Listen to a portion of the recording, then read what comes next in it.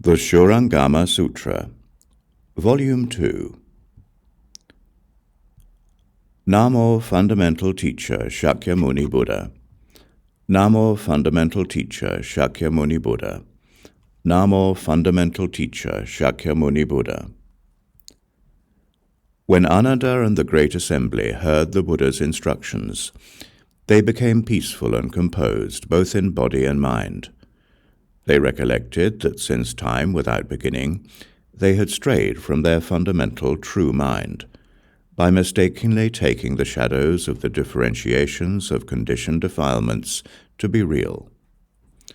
Now on this day, as they awakened, they were each like a lost infant who suddenly finds its beloved mother. They put their palms together to make obeisance to the Buddha.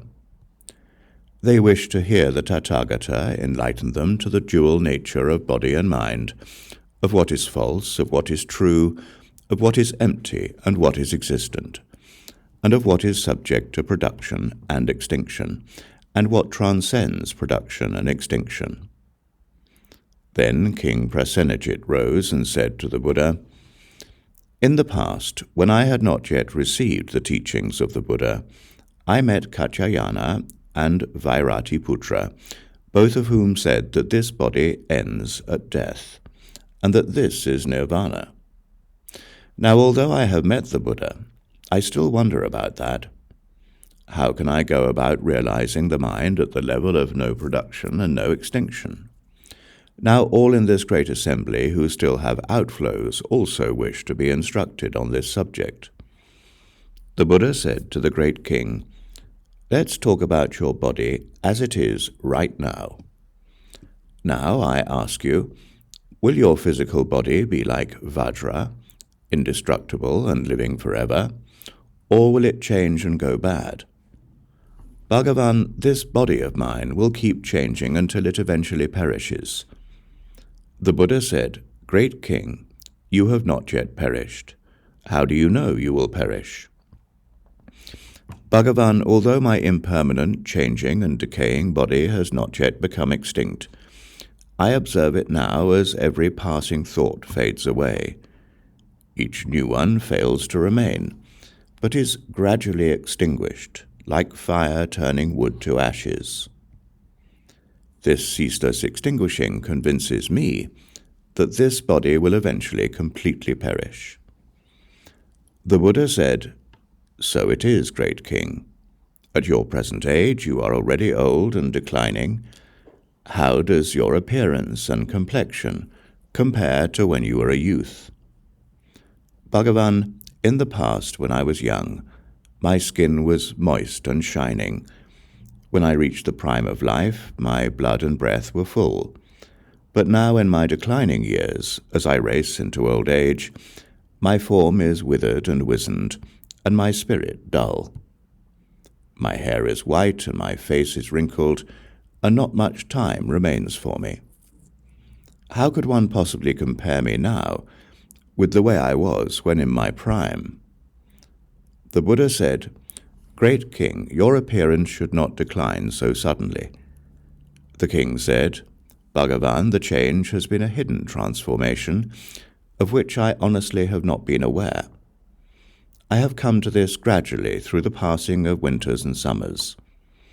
How did it happen? In my 20s I was still young, but my features had aged since the time I was 10.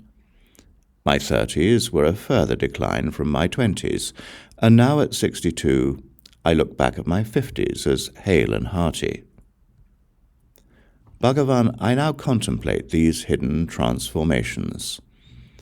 Although the changes wrought by this process of dying are evident through the decades, I might consider them further in finer detail. These changes do not occur just in periods of 12 years. There are actually changes year by year. Not only are there annual changes, there are also monthly transformations. Nor does it stop at monthly transformations. There are also differences day by day. Examining them closely, I find that kshana by kshana, thought after thought, they never stop. and so I know my body will keep changing until it has perished. The Buddha told the great king, by watching the ceaseless changes of these transformations, you awaken and know of your perishing. But do you also know that at the time of perishing there is something in your body which does not become extinct? King Prasenajit put his palms together and said to the Buddha, I really do not know. The Buddha said, I will now show you the nature which is neither produced and nor extinguished. Great king, how old were you when you saw the waters of the Ganges? The king said, when I was 3 years old, my compassionate mother led me to visit the goddess Jiva. We passed a river, and at the time I knew it was the waters of the Ganges. The Buddha said, Great king, you have said that when you were 20, you had deteriorated from when you were 10. Day by day, month by month, year by year, until you reach 60, in thought after thought, there has been change. Yet when you saw the Ganges River at the age of 3, how was it different from when you were 13? The king said, It was no different from when I was 3, and even now, when I am 62, it is still no different. The Buddha said, Now you are mournful that your hair is white and your face wrinkled, in the same way that your face is definitely more wrinkled than it was in your youth. Has the seeing with which you look at the Ganges aged, so that it is old now, but was young when you looked at the river as a child in the past? The king said, No, Bhagavan.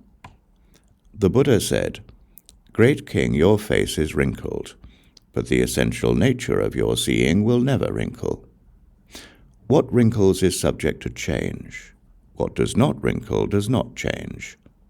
What changes will perish, but what does not change is fundamentally free of production and extinction. How could it be subject to your birth and death?